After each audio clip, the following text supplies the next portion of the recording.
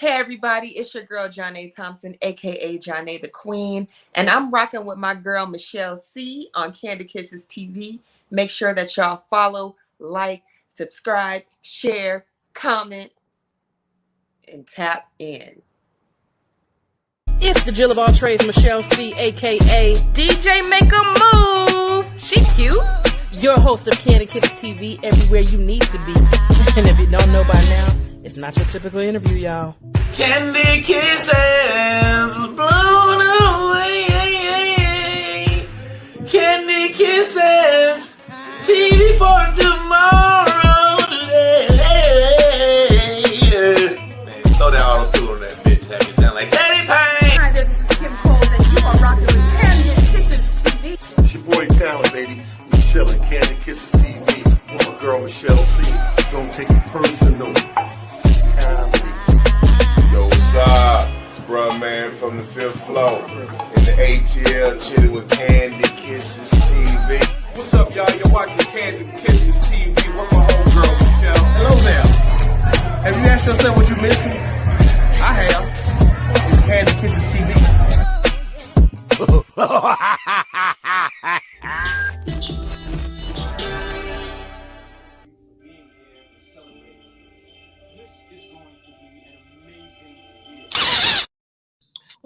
What up, Kiss fam? It is your girl, Michelle C, aka DJ Make a Move, the Jill of all trades, and I am back with another banger. First and foremost, you know what we do every single time. Right about this time, I got to threaten you just a little bit. I'm going to need for you to subscribe now, or I'm going to tell your mama. It's just that simple. It's free 99, $0 race will be spent. Click, like, comment, subscribe.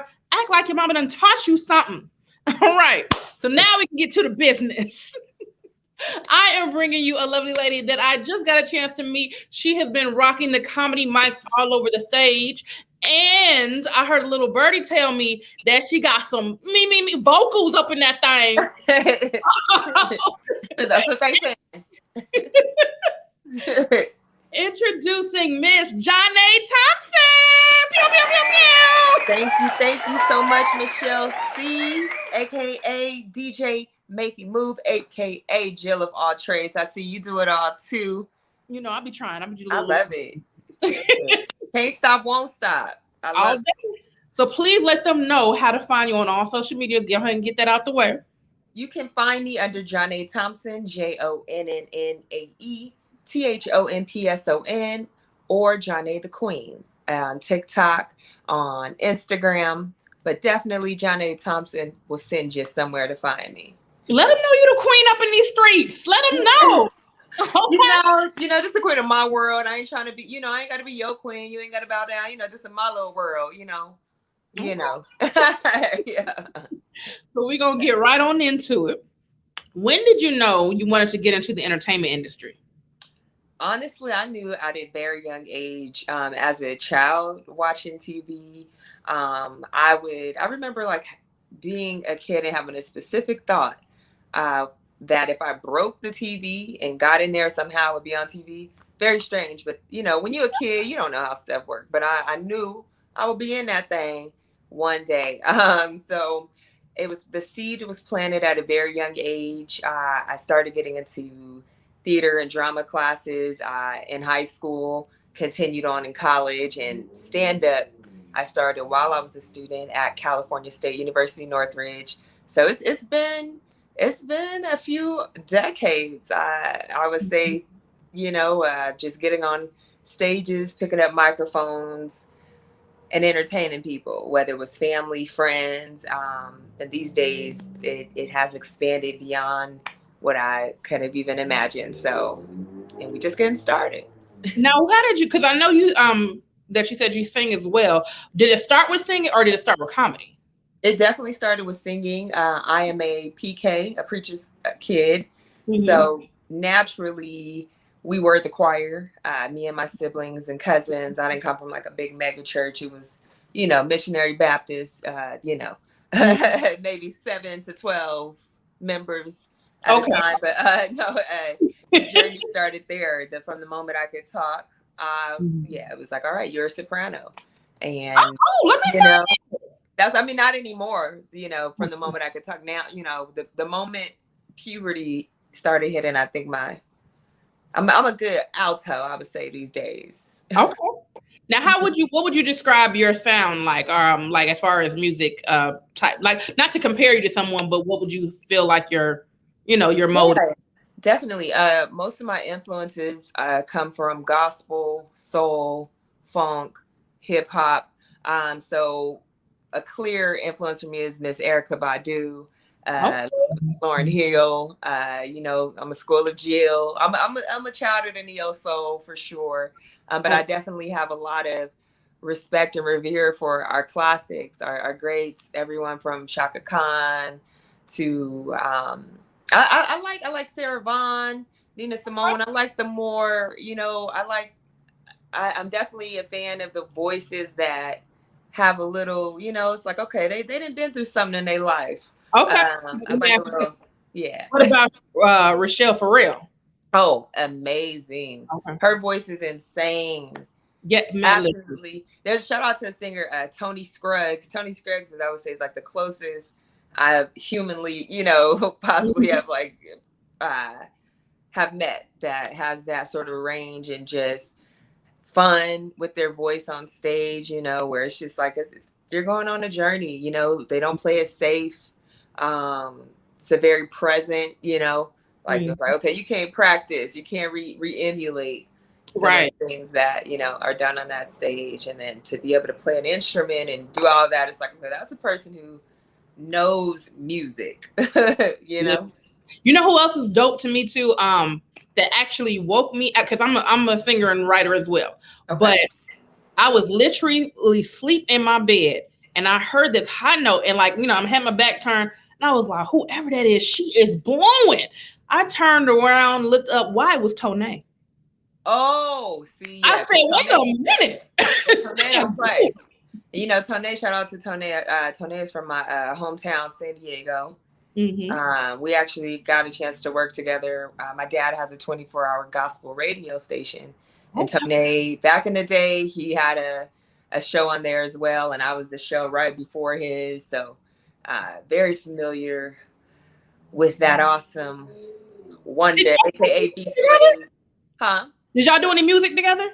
No music together. This was he would, you know, he has an ear for music too. He has a record label too. So his show, he played like a lot of gospel, hip hop, just, you know, and me, similar being of that younger generation was like, all right, we love Shirley Caesar, we love Fred Hammond, but you know, let's go and get some. You know, we could, you know what I mean? Need a little bump in that thing. Yeah. Yes. All right. Now, when did you know that comedy was going to enter your life? Like, how did you get into the comedy lane? Well, there were hints of it before. I would say growing up, I was definitely the class clown.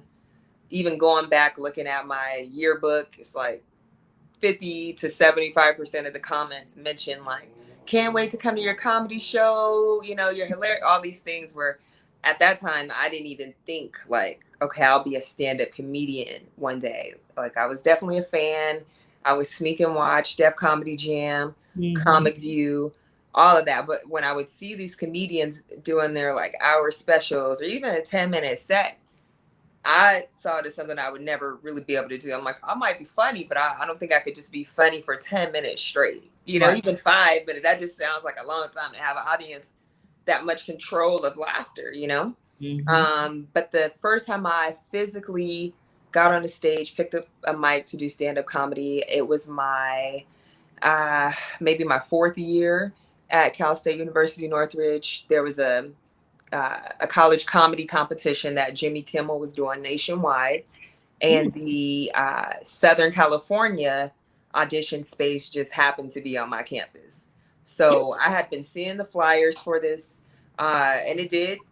When I saw it, I'm like, I want to try out for that. You know, I would see it in all the common areas, the gym, the cafeteria. They made sure it was somewhere you always could see it. So I'd seen it maybe at least 4 times.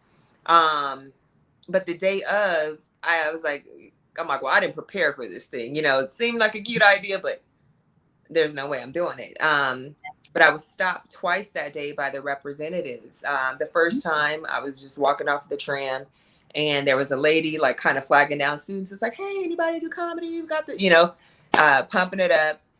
I kind of just walked past, but I noted. And then after I'd done my classes for the day, I'm heading out with a group of girlfriends, and we're stopped again. And this lady's like, "Are any of you ladies funny? Like there's no girls signed up. We really want some female representation." And like out of that group, all of my friends are pointing like her. She's right toward.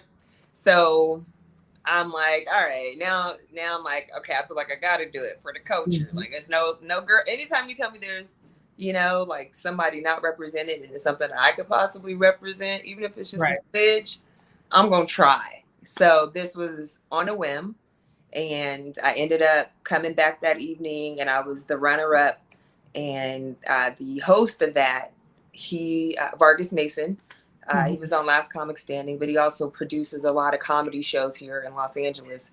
He saw me and basically was like, you got something. I would love to do some shows with you. From there, I just kind of kept going. You mean to tell me like you didn't even have a set? You just walked up there and was like, all right. I didn't have a set. I like that day I went, I'm like thinking for 3 minutes, like, what could I talk about? I had like 2 ideas. But I didn't have a set. I just went up there with those 2 ideas. And then the third one came up, just from the energy of, I'm like, well, shoot, if I'm, Right. And, that next time I performed, actually, there was a space in time for me meeting Vargas Mason to him actually booking me. It was maybe about 6 to 8 months. I kind of forgotten about it. Wasn't really, I didn't get the bug that night. I wasn't like, oh, when's the next show? Just like, okay, that, I was a theater major at the time. I'm like, maybe it's something I could use later, that stand-up experience. But it wasn't until Vargas reached out with a booking request for the Comedy Store that I actually sat down and started watching and studying stand-up. And that's when I realized, like, oh, they're writing. There's a process here. They're not just freestyling. I mean, maybe there are moments of that, but this is, something. That's kind of how I learned. Like, I mean, I have a lot of comedic friends, and I've been behind the scenes, in the comedy world, because my first profession is a licensed professional makeup artist. So I'm either back there doing makeup for somebody that's in the comedy show. So that's kind of how I got in the lane. And I was just like, oh, this is, cool, whatever. And as I start being back there, I'm like, oh, they're not just people that are funny. They're writers. They're actors. Okay, I think I want to try this. So, I'm baby steps, but I think I'm going to do a little razzle dazzle eventually. Oh, yeah. You on your way. You got the personality for it. And that's, to me, one of the biggest things is you've got to be likable. You've got to be able to connect with people. Like the things you're doing through a consistent podcast, like those tools come in handy on stage. Like the writing, definitely that's a piece of it. But there is this piece of where you got to be able to connect with anybody, any walk of life, and just share who you are and your story. So. Yeah, but my question, I always ask people, like, how do you get over that nerve? Like, because it's different when, like, for example, if you're doing a movie, they're handing you the script, you memorize it, you do it. Point blank, period. But if you're up there and it's you, because it's like, okay, I'm telling you bits and pieces of my life, what's going on with me, and I don't know, let's just say it doesn't go over right with the crowd or whatever. How do you keep from like getting offended? It's like, nigga, this is my story. Like, y'all need to, you know what I'm saying?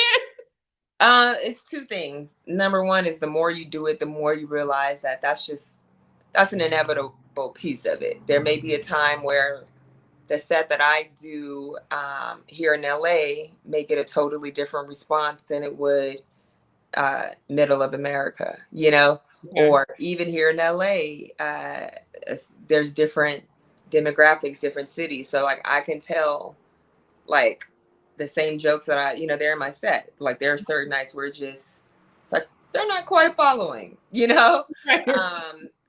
take it as a way to challenge yourself to pivot to something that they will follow quicker. So that's one thing. It's like if it is silence, because it does happen. It's been 13 years I've been doing this, and I still get that mixed reaction. But one thing I do, if that last joke I didn't work, it just 9 times out of 10 that next one will, you know. Yeah. So you make sure that you have enough material to get in and out of it, so that you're not stuck. Like, well, okay, I came in here with this idea for this 7-minute set, this 10-minute set, whatever, how long it is. They write it out, and there just may be like, this is just not the material for this crowd, but you in your heart know that, like, okay, well, I know I have at least an additional 10 minutes, 15, whatever, that I could pull from to make it, you know.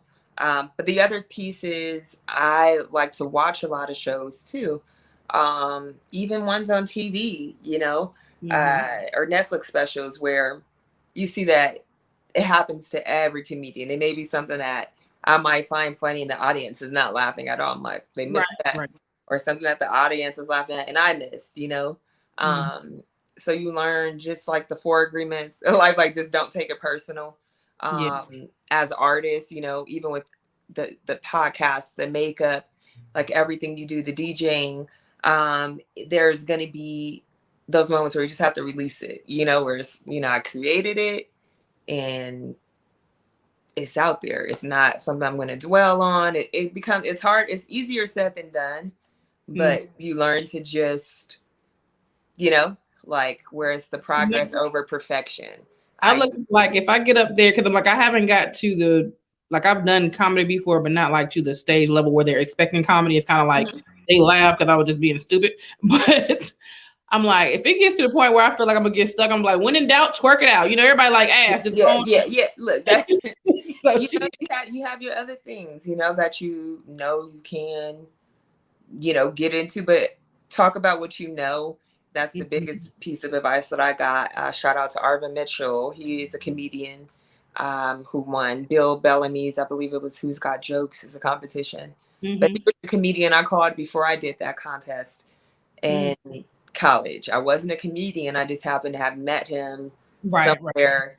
And basically I hit him up like, hey, any advice? You know, that was what he told me. Talk about what you know. Nobody can really tell you, you know, that you know, that was funny to you isn't funny, sort of thing. But one thing that is a great way, I think, for comedians first starting out, like, if you do have that fear of like just starting off with a full set, like, take on as many hosting opportunities as you can. Like, if it's a church, if it's a barbershop, if it's a fashion show, if it's a talent, you know, however many you can to get you comfortable with trying out that material. And it's not, you don't have as much pressure as, you know what I mean? Like, make me laugh now. Yeah.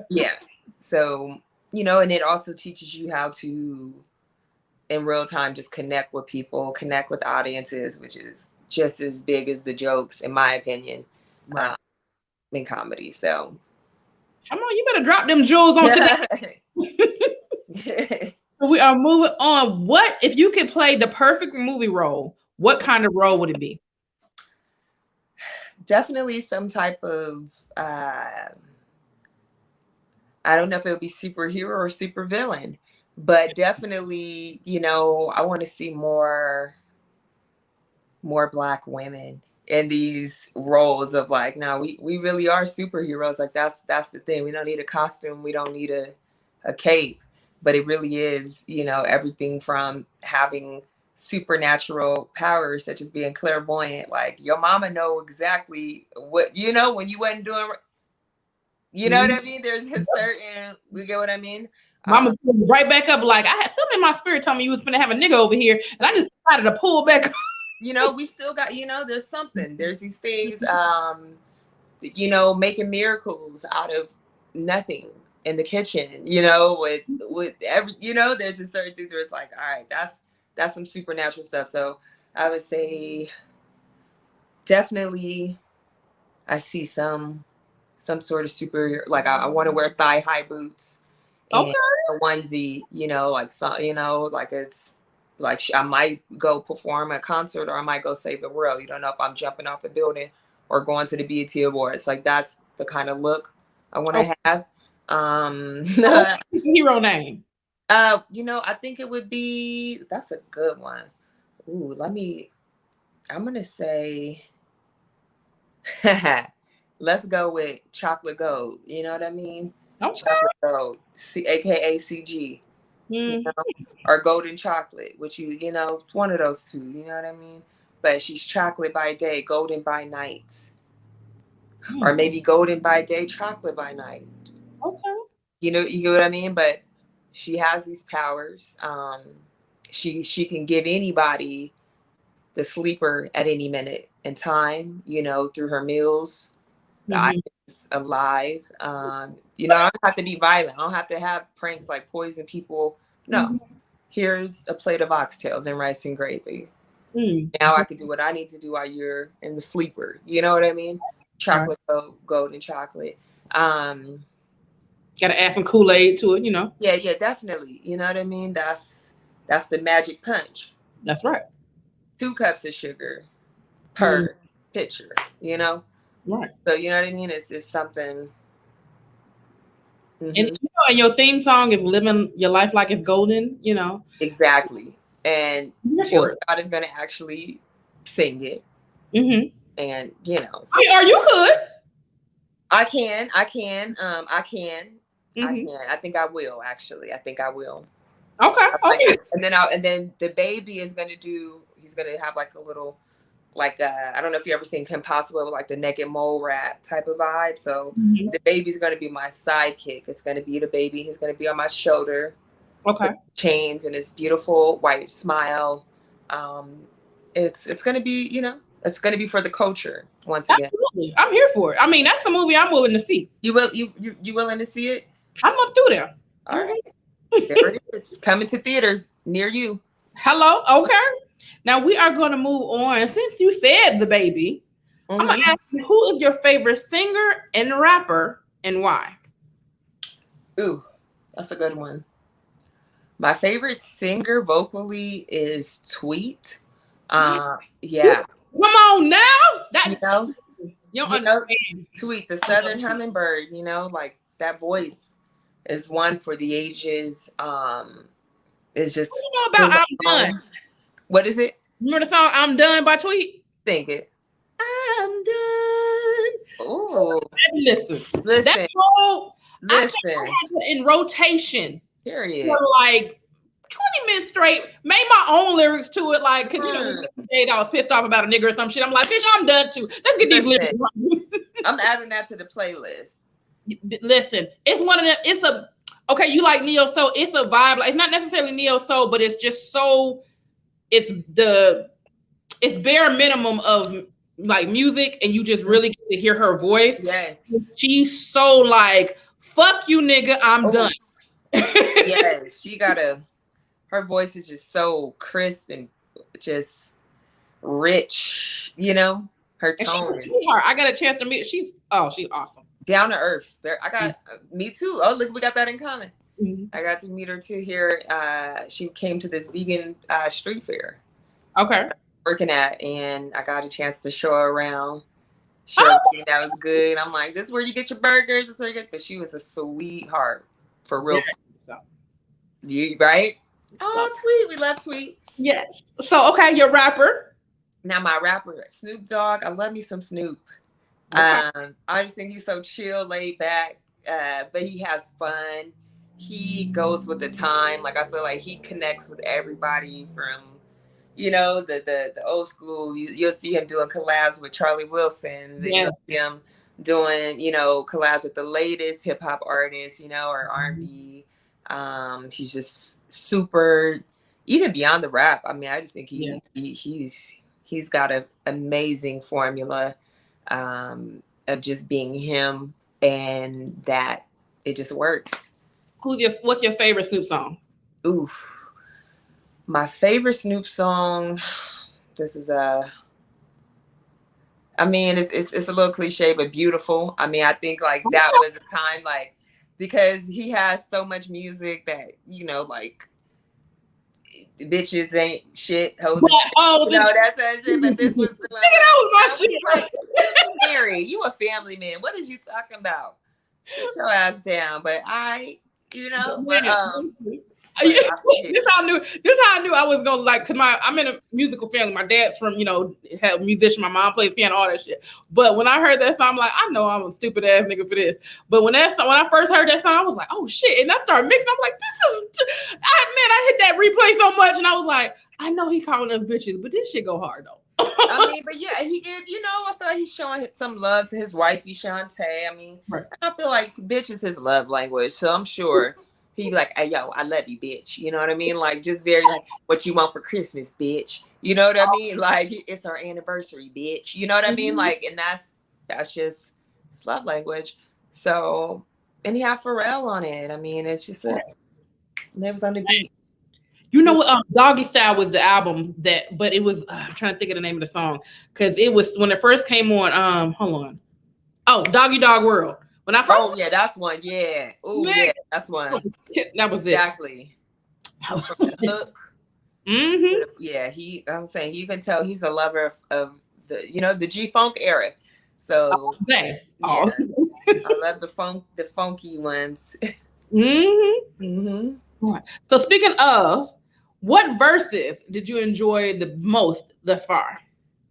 Ooh, for me, truly, the Erykah Badu and Lauryn Hill. I mean, not Lauren, Erykah Badu. And Jill. Yeah, Erykah Badu and Jill.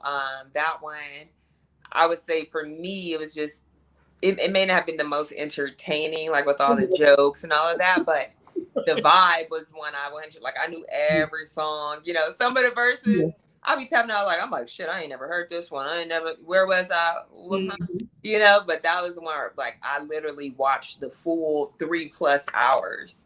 Oh, I didn't know it was that long. Yeah, it was very long. This, so I would say that one in terms of music, but there were some that were just honorable mentions. The Shanti and Keisha. I mean, that energy was entertaining to try to figure out, like, what is going on. Right. Similar, just that awkwardness, where the elephant in the room, same with Brandy and Monica, where it's like, okay, they trying, bless their hearts. Man. But, like, just that they all felt like a family reunion, a cookout, the comments, like, that to me was just as big as not to take away from the artists right and their work, but, it was that part brought me to verses too, where it's like, this is cool. I'm in here with Michelle Obama and Barack right now. We watch exactly. I was like, oh, this is different. Like, yeah, it was a genius idea. I definitely for that. Yeah. If I was going, like, my favorite, like, music wise was definitely Monica and Brandy. Definitely. Mm-hmm. That's my era. That's where I grew up. Yeah. I had my popcorn and my wine. I was ready. Yes, the turn up. But the funniest ones to me was Bow Wow and Soulja Boy. Yes. And then, of course, Jeezy and Gucci. Because I just knew Gucci he was still mad. He was like, get this work. It was a few of them where it was about to be some real life shooting. It felt like, I'm like, okay, I was praying over them. Like, Lord, let them all make it home safe. Oh, you said honorable mention. I got to mention Bobby and Keith Sweat. Oh, that nigga was so crazy. He said, Sherrock. I said, Keith is no more good. Listen, our uncles was acting up. And that was awesome. Remember the police showed up for the Beanie and I can't think of it. Man. If we didn't do nothing else, we was entertained thoroughly by verses over this quarantine. Oh my gosh. Like, you can't make this stuff up. So, okay, let me ask you. If we already seen the verses that we had thus far. If you could pick two people to battle in the verses, who would you want? Ooh, this is good. I want to see Missy Elliott. Yes, ma'am. Like, who should she go against? Maybe Pharrell, Missy and Pharrell. I mean, I don't even know. I don't need, you know what I mean? Like, it's because she could. I don't know nobody. Like, the only other person that I know that is like dope like her is Tierra Whack, but I feel like she gets a lot of her influence from Missy Elliott. That ain't. Man, I wouldn't even, like, I don't know who you could go with. They just got to do Missy versus Missy at this point. That's probably the only way. Let's do her for like if they're just doing producer versus producer, not just songs. Just producer. If they do producer versus producer, I think For Real might be dope because For Real got some bangers. He do, and he sings. He does rap too. Yeah. He got features, but Missy's still probably gonna win. I mean, I don't know. It's hard. I don't know because like they're both dope in their own right, but I feel like I think For Real might just get it on the men's side just because they want to be like, go for the guy. Because I mean, they both dope, but Missy got more of like for me, if I was gonna go hard for Missy, it's just because she's a girl. Like I'm gonna go hard for her anyway because I love her music. But when it comes to like we battling, I got to ride with the ladies. I'm sorry. She's in a lane of her own. Right. Definitely. So we are gonna move on. How did you stay motivated in the entertainment industry, especially during the quarantine time? Like, how did you maintain your normal? That's a great question. I took advantage of a lot of like online, I don't want to call them support groups because that sounds a little deep, but online, I would say collectives, everything from Clubhouse to I was doing like a daily like writers class where everybody was working on a solo artist show, so we start off every morning with meditation and then just kind of have like a writing prompt or sort of idea to get you in the mind of ideas for your one man or one woman show, one person show. Doing things like, since I couldn't perform, I was taking advantage of using my Instagram to connect more with not just other collectives, but my supporters, people that maybe, throughout the last couple of years or so that I didn't really get that, Yeah. I didn't go to school with or family was like, okay, they got here somehow, let's tap in with them. So I was doing a lot of Instagram lives, everything from Q&As to like online, like performances. Like I was doing a virtual improv, music improv show every Saturday night. Like, do those? Huh?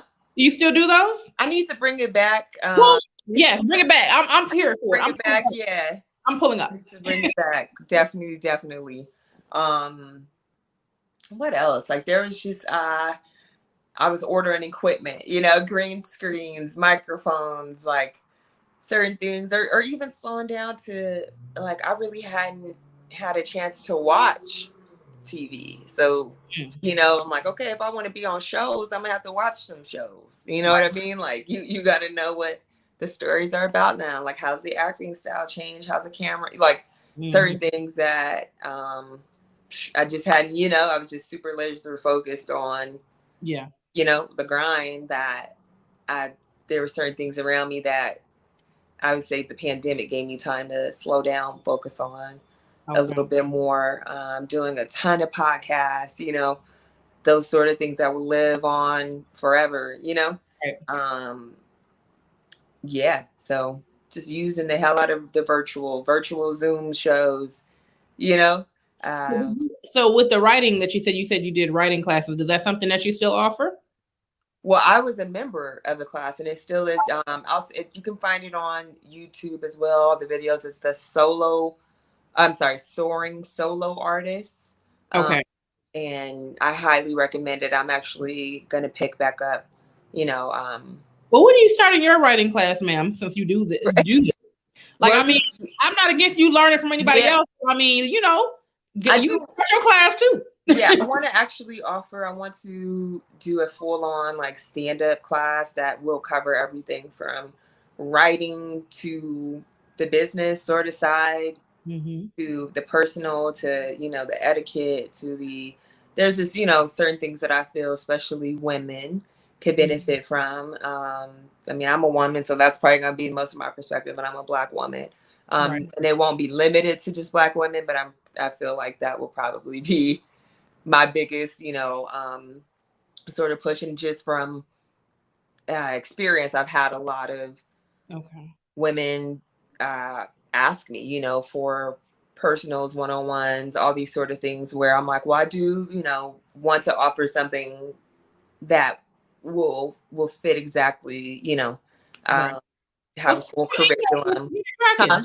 Start Huh? your email list and get it cracking. Yeah, there we go. Look, I'm gonna have to get you, Michelle. Gonna be my you're gonna end up being my TA. You gonna help me out? Hey, I'm with it. All right, because we're gonna, yeah, that's so funny. That's that accountability right there. Because literally, I always ask women comedians like, what is, because I know there's challenges just being a woman comedian. So like, what are some of the challenge, or not even what are they, but how do you get through the challenges as being a woman entrepreneur and comedian? number one is just like always being solid, like as a. I think that's just beneficial to anybody in any field, no matter the gender. When you're solid, it's a little harder for people to knock you off, like people know, no, she's consistent. This is her energy. She's, this is this person's energy. And what that does too, it provides a safety for other people too, to where people kind of, they already know this is somebody who doesn't, have ill will, or, they're not a hater. They're not a, sort of thing, where now you actually have not just the respect for your craft. Like there are people who are funny, but people, are like, okay, they're an asshole though. Like they're great. I'm not going to book them because they're rude. They're, like those sort of things, where I feel if you can show up in the most authentic way for yourself and other people, they'll pick up on it. And I think that offers a bit of longevity in this industry. So it may not be an overnight thing for you. It may be a climb. It may be a journey, but along that journey, you'll see the same people, and they'll remember that about you too. Like, okay, this person they've never switched up. One thing about this industry, the comedy industry, is like positioning, roles, all of those things always are changing. So there may be somebody one day who, may be here, and the next time, they may need to come through you for the next opportunity. So, and vice versa. Like there may be a time where, I'm up here and I may have to go, through here. So people are always going to remember, number one, how you treat them, know. So that's one thing, but also protect your energy, protect, so it can be fun. I mean, think about it. We work in an industry where off top, very charming individuals versus looks, personalities, all of those sort of things, where there will be a lot on the menu, so it's up to you to kind of figure out how to navigate through that. And like, I would say, like, if you are hooking up with people, like, make sure that is somebody that's gonna look out for you later, too. That is, kind of. Well, that's one thing I have heard. That sometimes it's hard for a woman in the industry because, men are gonna try you, and it's just like, I'm here to work. I'm not here to do that. Yeah. It's not to say you can't, like, because I do know some comedians who are in really beautiful relationships, and they work, and so it's all situational, but yeah, it's an interesting. That is one thing I would say. Early on, I always wanted to make sure the relationships I had were rooted, like, in, respect, purity, in the sense of like, like sometimes it could just be like, yeah, we all want to have fun, but like, is it something that I'm going to possibly regret later? Or am I somebody who can live with every decision that I do make? Like, do I want to experience a shift in energy anytime I run into this person? You go. Do I want to be worried if they're going to talk about me when I walk out the room?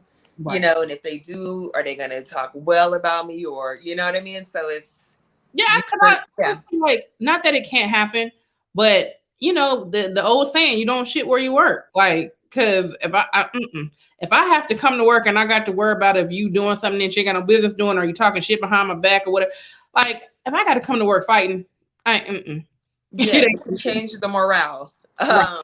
So yeah, use your discernment. We talked about those Black girl magic superpowers earlier.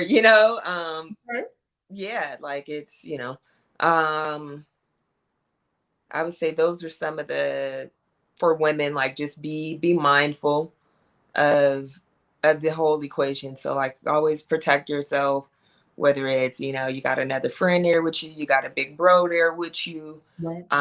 For me, some of the things I've encountered is, I haven't really encountered too much of like the unwanted touching and things. I have had some advances and things, but I've kind of always been able to pivot through that.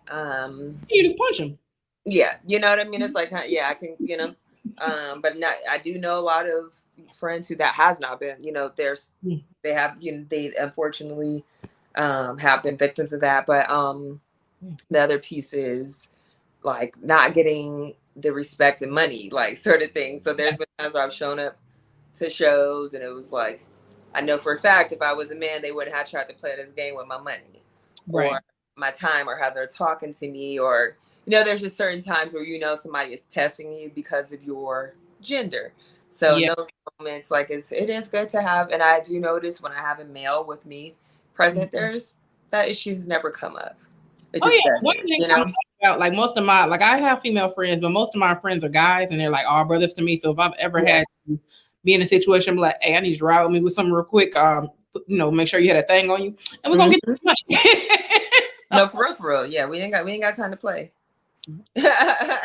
Who is one of your entrepreneurs that you admire in the industry?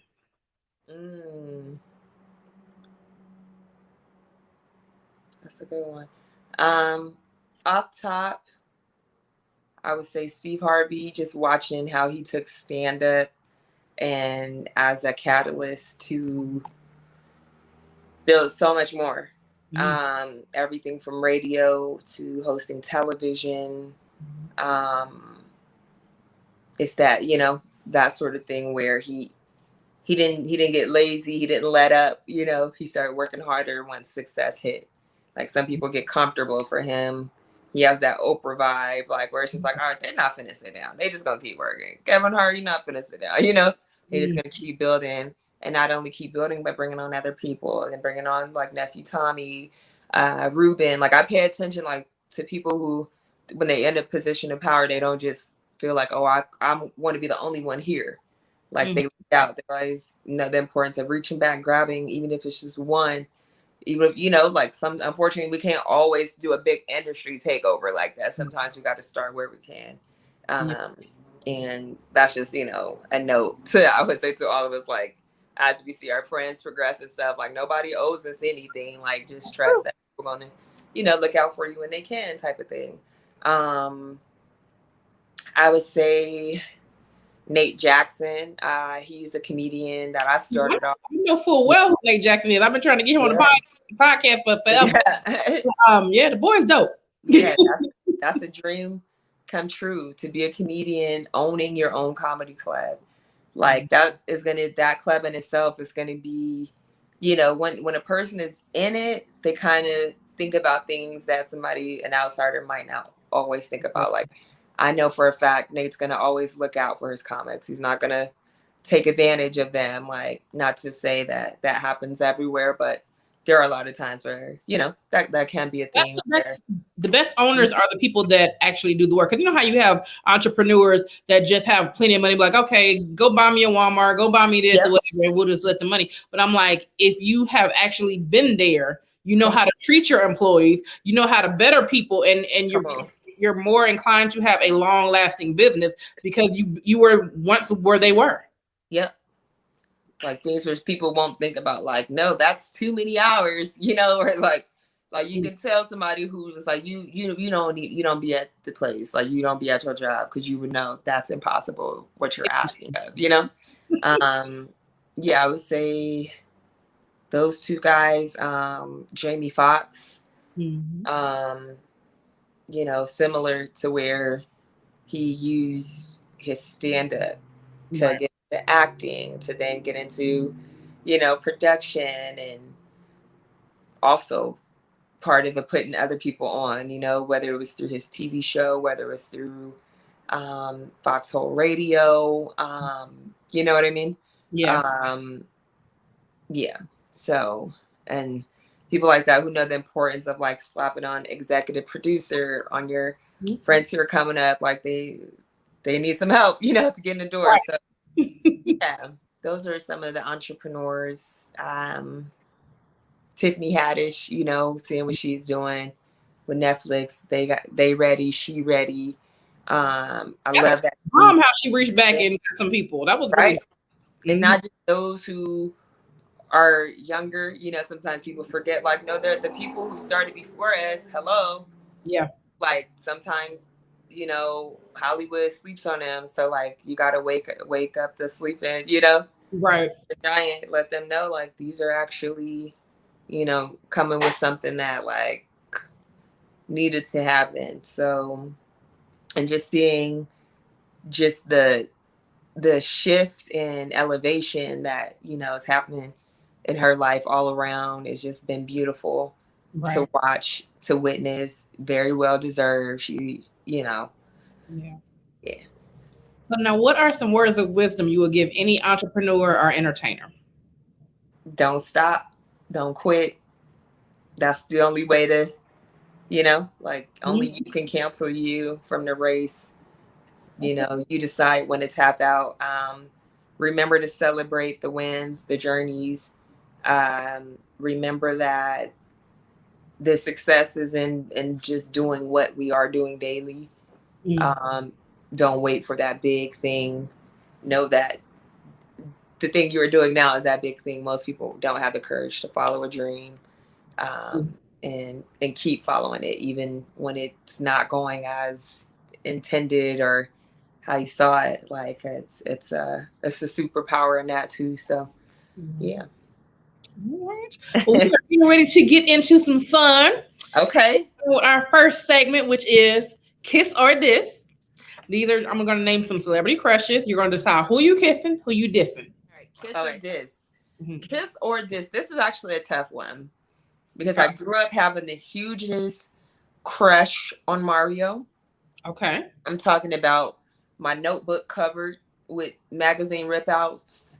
Nostrils and all? Yeah, nostrils. You should let me love you. Okay. Okay. Period. Listen. Love that boy so bad. I went to see him live at Club SeaWorld. You didn't even know SeaWorld had a club. No, I did not. Girl, yes. Went and saw that man at Okay. Now Usher though. Usher, oof. Here's what I'll do. I will kiss Mario to Usher's music. I think that's what I want to do. Okay. All right. Can I do that? You can do that. Okay. You got a little entanglement going on. Okay. Yeah. And Usher's somebody, he kissed too many people. So I'm just going to say, well, hey. Yeah. That's all I'm going to say. All right. Trey Songz or Chris Brown? Who you kissing, who you dissing? Oh, these are some good ones. Damn it. Now, see, the lover in me want to say Trey Songz, but the toxicity in me wants to say Chris Brown. I'm toxic. I'm toxic. It's Chris for me. Okay. You know what I mean? I like that. Ooh, I like that rough shit. Neck tats, anger issues. Okay. That's my shit. You want him to flip in that pussy. That's what you want him to do. Yeah, I'm trying to, I already know. He gonna listen. He gonna take me down. Okay. Listen. All right. Last but not least, Forrest Whitaker or Jimmy JJ Walker? Who you kissing, who you dissing? Oh, see, you playing now. You said Forrest Whitaker. Or Jimmy JJ. Good Times? Yes.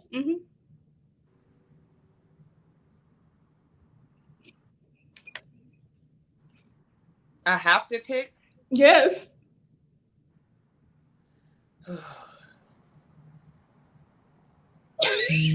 that face.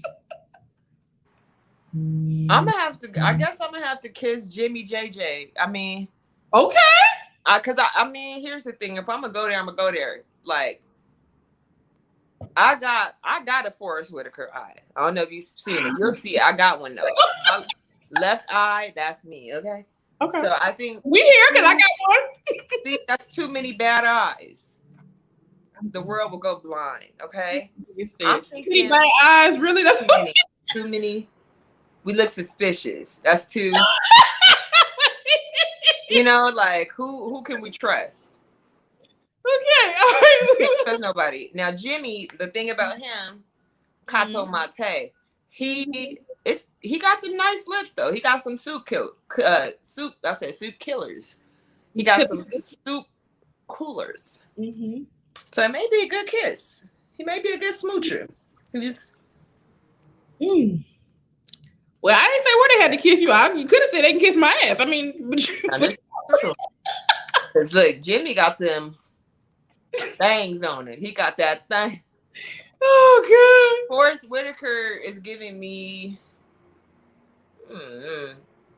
They both out of my league. Well, we are moving on to DAQs. That stands for dumbass questions. Just want some random questions I want answers to. All right.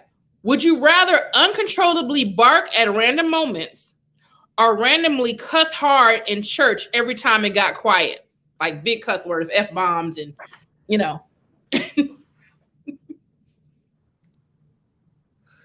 As long as I don't go to hell for it, I would do the cussing. That just sound more fun.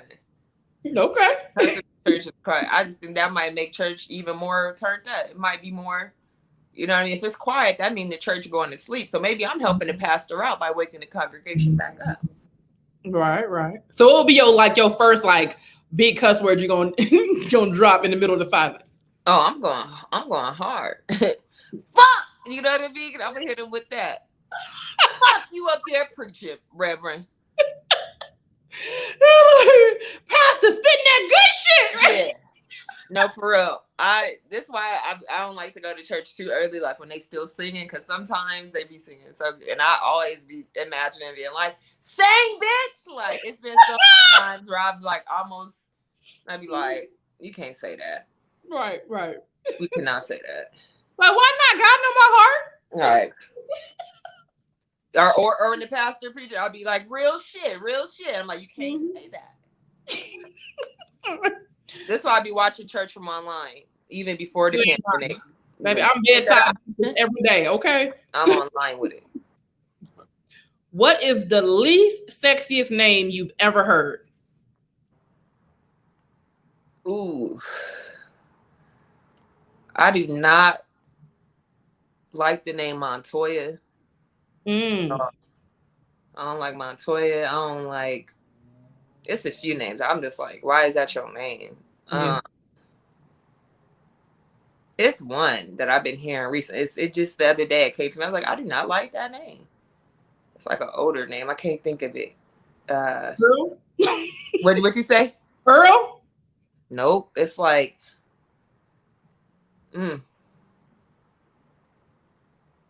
what is the name? It's not coming to me right now, but Montoya for sure. I do not like it. I don't really like Gerald. I don't think that's a good name.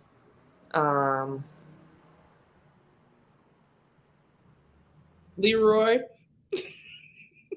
not that good, Leroy, depending on the age, certain shit I'll let slide depending on your age. But if you under like 50 in your name, Leroy, or under 40, I'm like, I don't know about that, I think the worst name I've ever heard in life, I knew a nigga named Polaris. I'm like, who and why? Polaris. Is it the name of like a airline or some shit? I don't know what the hell it is. I think it's supposed to be like some kind of I don't know. Whatever it is, it's stupid. It's what it is. Doing too much. It's when the parents trying to be different. Right. And it's just not. Yeah, your mama's stupid. So, all right, we are moving on. If you could body slam and sea walk on someone's face from your past with no consequences, who would it be?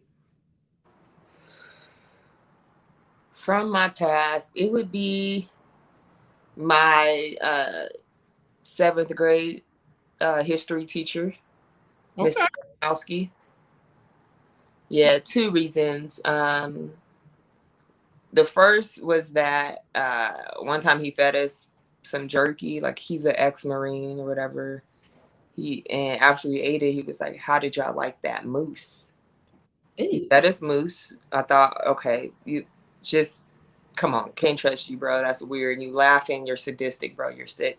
The next thing was Black History Month. Okay, it's February, and I'm like, excuse me. Okay, we've been learning about the Cold War, the U.S. war, all these wars, World War One, Two, Three. Like, can we, we learning about all this U.S. history, but like, it's February. If we don't learn anything about Black history, like, I just want to know.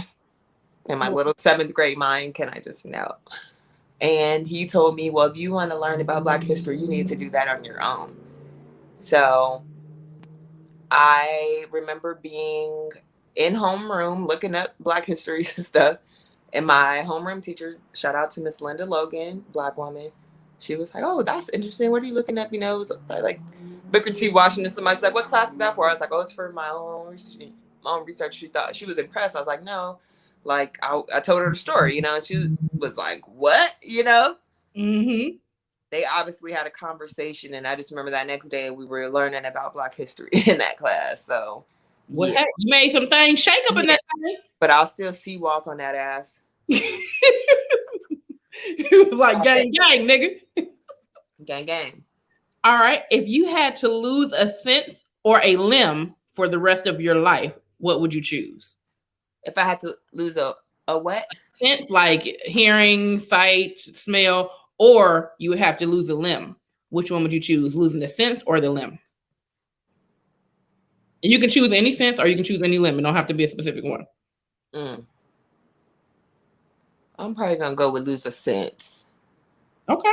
Because, when you lose the sense, usually the other ones get more heightened anyway. So, really, a loss is a win. Okay. And I would go with losing my sense of probably smell. Mm-hmm. I mean, there's some smells I would never want to smell again. This is true. And I'm okay with that. Pandemic breath. What's pandemic breath? Mask mouth. Come on. Okay. We are moving on to Opera That Thing Out. This has been a fan favorite. So what you're doing, you're picking any song that you know at least one full verse to. It could be rap, it could be R&B, hip hop, whatever you choose, but you have to sing in your best opera voice. Okay.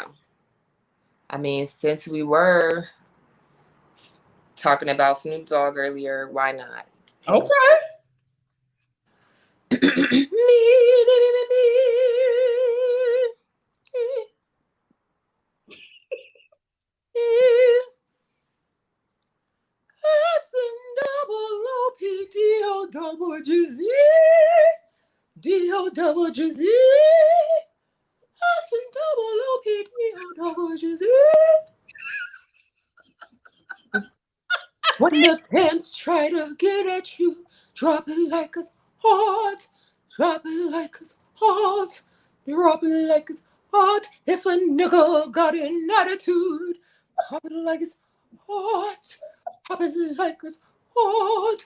Pop it like it's hot. If the pigs try to get at you, drop it like it's hot.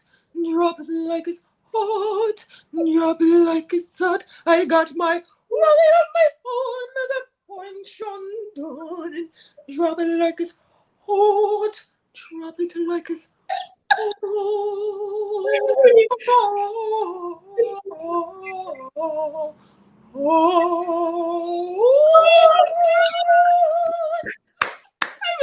Wait a minute. If the pigs trying to get at you, what you do? If the pigs try to get at you, you gotta do the head. If the pigs try to get at you, let them know you felt that shit. Rub it like it's I am so done. This is great. We are moving on to I want to opera everything out. GMG. What grinds your gloss? What is one of your pet peeves? Grown people who lie. I don't understand it. I don't understand adults who lie. Children, yes. Teens, yes. Adults, no. Right. I feel like kids, I get it. You're afraid you're going to get a whooping. You're afraid of... But what do you have to be an adult lying to another adult? That is not the police. I don't understand. Facts. And people be lying for no reason. Okay. That really grinds my gloss. All day. We are moving on to a new segment alert. New segment alert. All right. We got bitch gonna tell me. So what is something random that a bitch gonna tell you?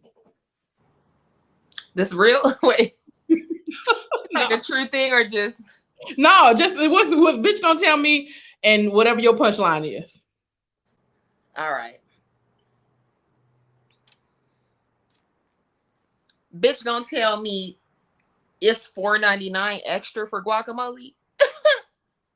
Well, bitch gonna tell me fat meat ain't greasy. Bitch gonna tell me fish don't fry in the kitchen. Beans don't burn on the grill. Bitch gonna tell me glitter ain't gold. Bitch gonna tell me it ain't over to the fat lady sing. Bitch gonna tell me I was that fat lady. Bitch gonna tell me baby got back. All right, you won that one. You won that one. That's fun. We are moving on to last but not least is Sing-a-Doo. Sing-a-Doo is our music game that me and my homeboy DJ All-Star created over the quarantine. So we have several different categories. We got hip hop, R&B, greatest hits, pop Billboard hits, country rock, Sing-a-Doo favorites, old school TV themes, and party dance hits. So what I'm doing is I'm singing the melody of the song that's listed on the card, but I can only use the word do. And then you have to guess what I'm singing. And then I'm gonna let you do a couple. Okay. So I'm gonna do R&B and hip hop because that's what I know. Yeah, that's it. That's me too. That's in my pocket. All right, you ready? Yeah. Do do do do. Dang, that's not a good one to do. I'm trying to think how that one goes. That's how it goes, but I don't know if you're gonna be able to get it off of that. Do do do. Do do do do do do. Oh yeah, I know that. Buddha. There we go. Okay. All right. Next one. Do do do do do do do. Before you walk out of my life, mine. Come on now. Let's go. All right. Let me see. Do do do do do do. You're always on my mind. Hey, you better be my next Sing-a-Doo champ. Come on now, you better do that thing. Okay. All right. Your turn, ma'am. I'm gonna put the card up, and then you just tell me which one you pick. And well, don't tell me what it is. But once you got it, just tell me, and I'll put the card down, and I'll guess. You ready? Mm-hmm. All right. Oh wait.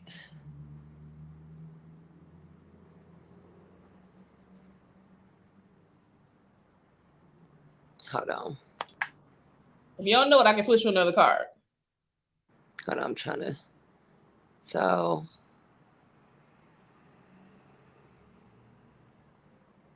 Okay. All right.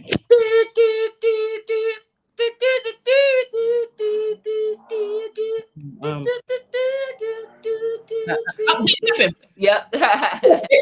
All right. Next one. Put it a little closer to the screen for me. And then pull it up just a little. All right, this is a TV show. Okay. All right.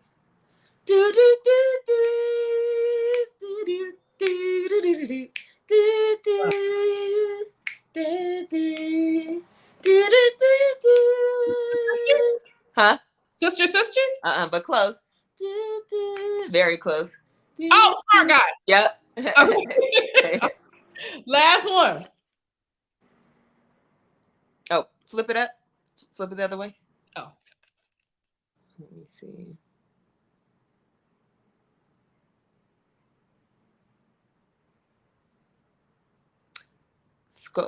Pull it up just a little bit. All right. Old school. Okay.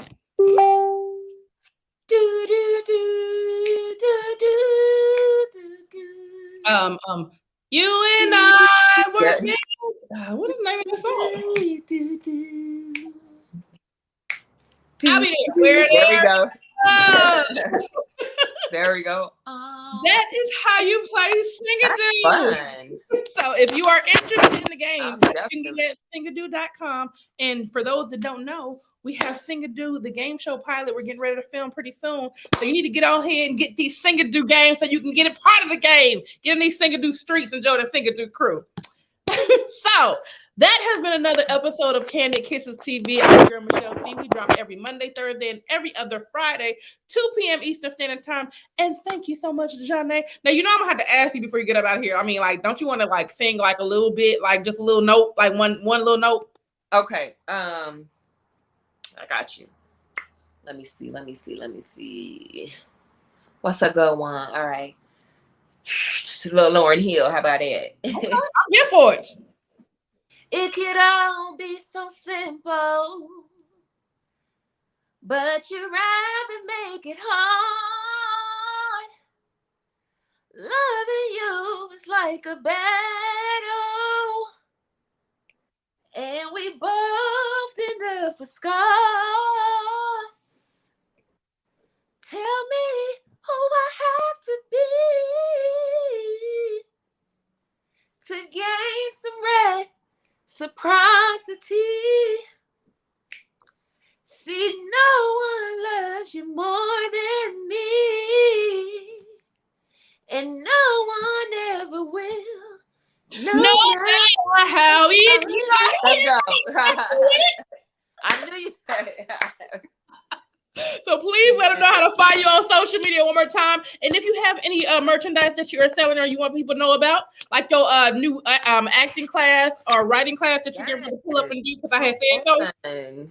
Listen, attentively, stay tuned for, the Comedy Gems virtual comedy workshop for all of you aspiring stand-up comedians, where we will offer some of the tools and tips of the trade, where we will have special guests, some of your favorite comedians stopping by, dropping knowledge, dropping the gems at the Comedy Gem School of, we got it. We gonna work it out, Michelle C.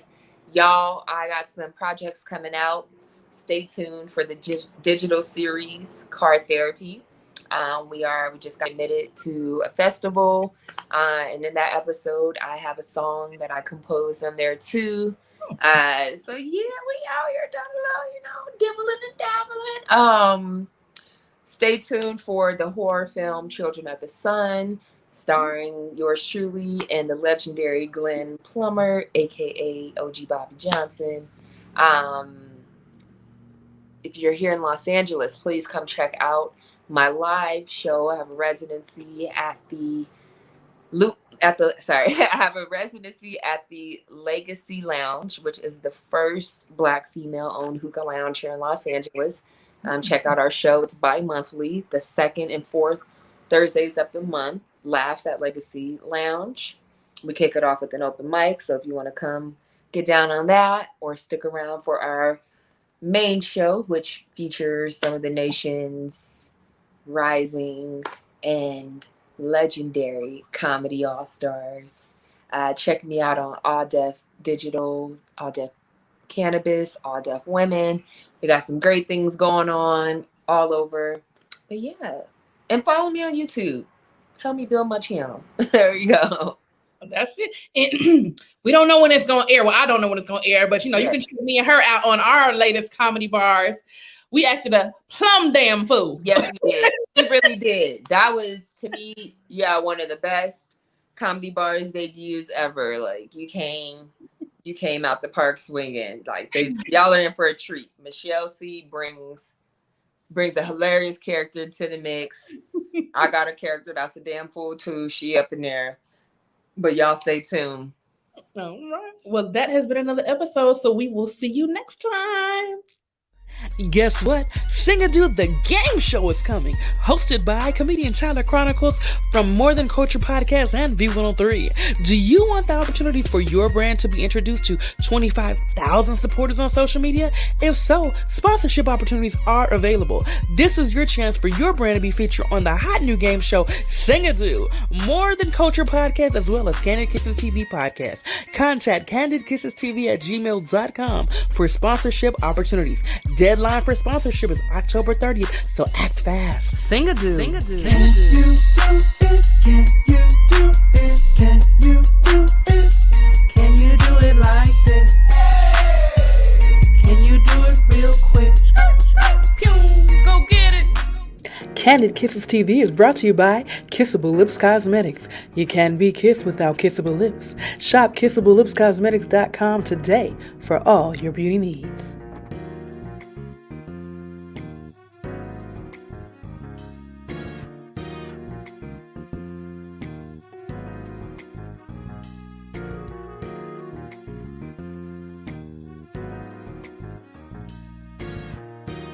Guess what? Candid Kisses TV has merch. That's right. You can find it at artistperiod.com. We have everything you need. We have hoodies. We have coffee mugs. We even have throw pillows and beach towels for the summer. Get it right. Keep it tight. Listen, everything you need to get your drip right, artistperiod.com has it for you. That's artistperiod.com. Get your drip right with artistperiod.com and Candid Kisses TV. Make sure you get it today.